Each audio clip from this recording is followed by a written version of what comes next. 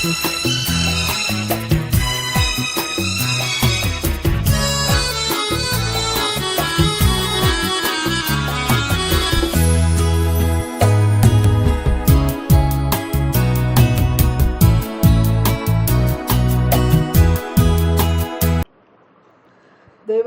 മഹത്വപ്പെടുമാറാകട്ടെ. കർത്താവായ യേശുക്രിസ്തുവിൻ്റെ നാമത്തിൽ എൻ്റെ പ്രിയ സഹോദരിമാർക്ക് ഷാലോം.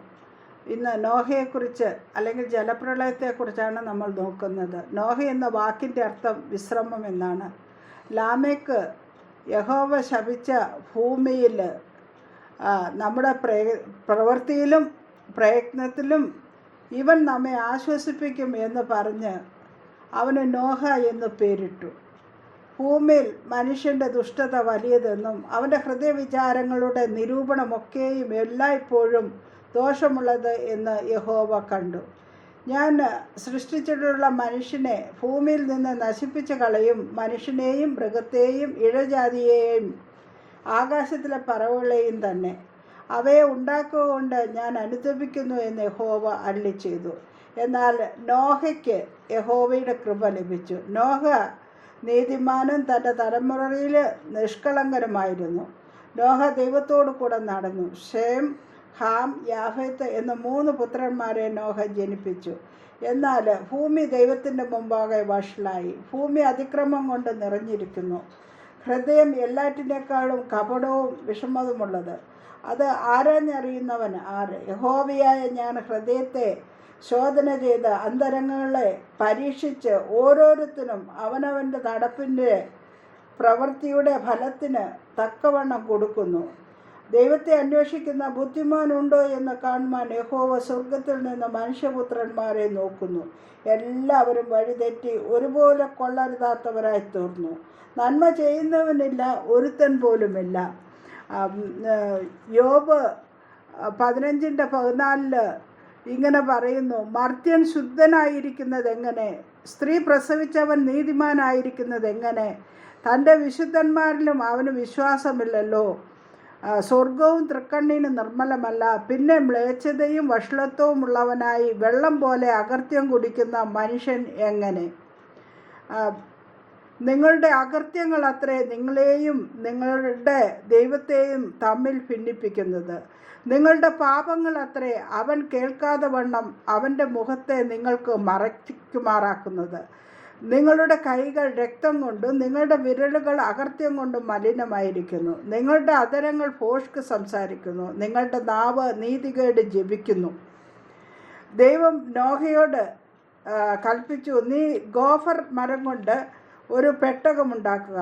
ആകാശത്തിന് കീഴിൽ നിന്ന് ജീവശ്വാസമുള്ള സർവ്വജലത്തെയും നശിപ്പിപ്പാൻ ഭൂമിയിൽ ഒരു ജലപ്രളയം വരുത്തും. ഭൂമിയിലുള്ളതൊക്കെയും നശിച്ചു പോകും. ഞാൻ നിന്നോട് ഒരു നിയമം ചെയ്യും. നീയും നിൻ്റെ പുത്രന്മാരും ഭാര്യയും പുത്രന്മാരുടെ ഭാര്യമാരും പെട്ടകത്തിൽ കടക്കണം. യഹോവ തന്നോട് കൽപ്പിച്ച പ്രകാരം ഒക്കെയും നോഹ ചെയ്തു. ദൈവം നീതിമാനും വിശുദ്ധനുമായതിനാൽ പാപത്തെ വെറുക്കുകയും ശിക്ഷിക്കുകയും ചെയ്യുന്നു. ദൈവം അതത് സമയത്ത് മനുഷ്യർക്ക് മുന്നറിയിപ്പ് നൽകിക്കൊണ്ടിരുന്നു. നോഹയുടെ കാലത്തും ദൈവം അവരോട് പ്രത്യേകമായി ഇടപെട്ടുകൊണ്ടിരുന്നു. നോഹ മൂലം 120 സംവത്സരം അവരോട് സംസാരിച്ചു കൊണ്ടിരുന്നു. മനുഷ്യൻ ഭൂമിയിൽ പെരുകി തുടങ്ങി. അവർക്ക് പുത്രന്മാർ ജനിച്ചപ്പോൾ ദൈവത്തിൻ്റെ പുത്രന്മാർ മനുഷ്യരുടെ പുത്രിമാരെ സൗന്ദര്യമുള്ളവരെന്ന് കണ്ടിട്ട് തങ്ങൾക്ക് ബോധിച്ച ഏവരെയും ഭാര്യമാരായി അപ്പോൾ യഹോവ മനുഷ്യനിൽ എൻ്റെ ആത്മാവ് സദാകാലവും വാദിച്ചു കൊണ്ടിരിക്കുകയില്ല, അവൻ ജഡം തന്നെയല്ലോ എന്ന് പറഞ്ഞു.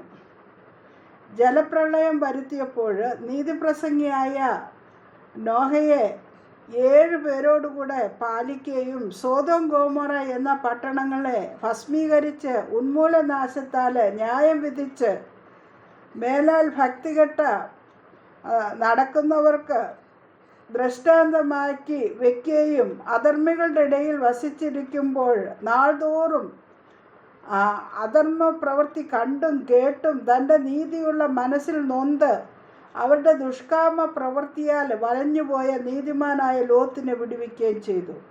വിശ്വാസത്താൽ നോഹ അതുവരെ കാണാത്തവയെക്കുറിച്ച് അരുളപ്പാടുണ്ടായിട്ട് ഭയഭക്തി പൂണ്ട് തൻ്റെ കുടുംബത്തിൻ്റെ രക്ഷയ്ക്കായിട്ട് ഒരു പെട്ടകം തീർത്തു. അതിനാൽ അവൻ ലോകത്തെ കുറ്റം വിധിച്ച് വിശ്വാസത്താലുള്ള നീതിക്ക് അവകാശിയായി തീർന്നു. പ്രസംഗം കൂടാതെ അവരുടെ ദൃഷ്ടിയിൽ നോഹ ഉണ്ടാക്കിക്കൊണ്ടിരിക്കുന്ന പെട്ടകവും ഒരു മുന്നറിയിപ്പായിരുന്നു. ആർക്കും ഒഴിവുകഴിവ് പറവാൻ സാധ്യമായിരുന്നില്ല. നോഹയും കുടുംബവും പെട്ടകത്തിൽ കടന്നു. ജലപ്രളയം തുടങ്ങി. ആഴിയുടെ ഉറവുകളൊക്കെയും പിളർന്നു. ആകാശത്തിൻ്റെ കിളിവാതിലും തുറന്നു. 40 രാവും 40 പകലും ഭൂമിയിൽ മഴ പെയ്തു. ദൈവം പെട്ടകത്തിൻ്റെ വാതിൽ അടച്ചു. 150 ദിവസം വെള്ളം പൊങ്ങി. രക്ഷയ്ക്ക് ഒരു വഴി ആവശ്യമായിരുന്നു. അതായിരുന്നു ദൈവം നിർദ്ദേശിച്ച പെട്ടകം. പെട്ടകം യേശുക്രിസ്തുവിൻ്റെ നിഴലാണ്. പെട്ടകത്തിന് ഒരു വാതിലേ ഉണ്ടായിരുന്നുള്ളൂ. അതിൽ കൂടെ കടക്കുന്നവരെല്ലാം ജലപ്രളയത്തിൻ്റെ നാശത്തിൽ നിന്ന് രക്ഷ പ്രാപിച്ചു. യേശുക്രിസ്തു പറഞ്ഞു, ഞാൻ വാതിലാകുന്നു, എന്നിലൂടെ കടക്കുന്നവൻ രക്ഷ പ്രാപിക്കും. ദൈവത്തിൻ്റെ ആഹ്വാനം ഇതാണ്: ഞാൻ വാതിൽ നിന്ന് മുട്ടുന്നു. ആരെങ്കിലും എൻ്റെ ശബ്ദം കേട്ട് വാതിൽ തുറന്നാൽ ഞാൻ അവൻ്റെ അടുക്കൽ ചെന്ന് അവനോടും അവൻ എന്നോടും കൂടെ അത്താഴം കഴിക്കും. അധ്വാനിക്കുന്നവരും ഭാരം ചുമക്കുന്നവരുമായുള്ളവരെ, നിങ്ങളെല്ലാവരും എൻ്റെ അടുക്കൽ വരുവിൻ, ഞാൻ നിങ്ങളെ ആശ്വസിപ്പിക്കും. ആശ്വാസം തരുവാൻ അവന് മാത്രമേ സാധിക്കൂ. ഇന്ന് 2 കൂട്ടം ജനങ്ങളെ നമുക്ക് കാണാം. ഒന്ന്, പെട്ടകത്തിൻ്റെ അകത്തുള്ള ആളുകൾ, അല്ലെങ്കിൽ ക്രിസ്തുവിലായവർ, അല്ലെങ്കിൽ രക്ഷിക്കപ്പെട്ടവർ. ഇന്ന് ക്രിസ്തുവിലുള്ളവർക്ക് ഒരു ശിക്ഷാവിധിയുമില്ല. അതേപോലെ തന്നെ ഇന്ന് സ്വർഗത്തിലെ സകലവിധമാകുന്ന ആത്മീയ അനുഗ്രഹങ്ങളാലും അവർ അനുഗ്രഹിക്കപ്പെട്ടവരാണ്. അവർ രക്ഷിക്കപ്പെട്ടവരാണ്. കാരണം കൃപയാലല്ലോ നിങ്ങൾ വിശ്വാസം മൂലം രക്ഷിക്കപ്പെട്ടിരിക്കുന്നത്. അതിനും നിങ്ങൾ കാരണമല്ല, ദൈവത്തിൻ്റെ ദാനമത്രേ ആവുന്നു. ആരും പ്രശംസിക്കാതിരിപ്പാൻ പ്രവൃത്തികളും കാരണമല്ല. നാം അവൻ്റെ കൈപ്പണിയായി സൽപ്രവൃത്തിക്കായിട്ട് ക്രിസ്തു യേശുവിൽ സൃഷ്ടിക്കപ്പെട്ടവരാകുന്നു. രണ്ടാമത്തെ കൂട്ടർ പെട്ടകത്തിന് വെളിയിലുള്ളവരാണ്. അവർ ക്രിസ്തുവിൽ ഇല്ലാത്തവരാണ്, നാശത്തിലേക്ക് പോകുന്നവരാണ്. ക്രിസ്തു യേശുവിലുള്ളവർക്ക് ഒരു ശിക്ഷാവിധി ഇല്ല. എന്നാൽ ക്രിസ്തു യേശുവിൽ ഇല്ലാത്തവർക്ക് ശിക്ഷാവിധിയുണ്ട്. ഒരിക്കൽ മരിക്കുകയും പിന്നെ ന്യായവിധിയും ദൈവം മനുഷ്യർക്ക് നിയമിച്ചിരിക്കുന്നു. നാശത്തിലേക്ക് പോകുന്നവർ ദൈവ പ്രതിമയായ ക്രിസ്തുവിൻ്റെ തേജസ്സുള്ള സുവിശേഷത്തിൻ്റെ പ്രകാശനം ശോഭിക്കാതിരിക്കാൻ ഈ ലോകത്തിൻ്റെ ദൈവം അവിശ്വാസികളുടെ മനസ്സ് കുരുടാക്കിയിരിക്കുന്നു. ജീവപുസ്തകത്തിൽ പേരെഴുതി കാണാത്ത ഏവനെയും തീപ്പൊയ്കയിൽ തള്ളിയിടും. എന്നാൽ ഭീരുക്കൾ, അവിശ്വാസികൾ, അറയ്ക്കപ്പെട്ടവർ, കൊലപാതകർ, ദുർനടപ്പുകാർ, ക്ഷുദ്രക്കാർ, ബിംബാരാധികൾ എന്നിവർക്ക് ഭോഷ്ക് പറയുന്ന ഏവർക്കുമുള്ള ഓഹരി തീയും ഗന്ധവും കത്തുന്ന പൊയ്കയത്രേ.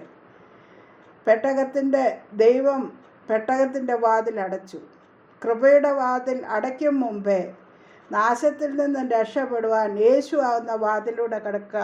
ദൈവനാമം വാഴ്ത്തപ്പെടുമാറാകട്ടെ.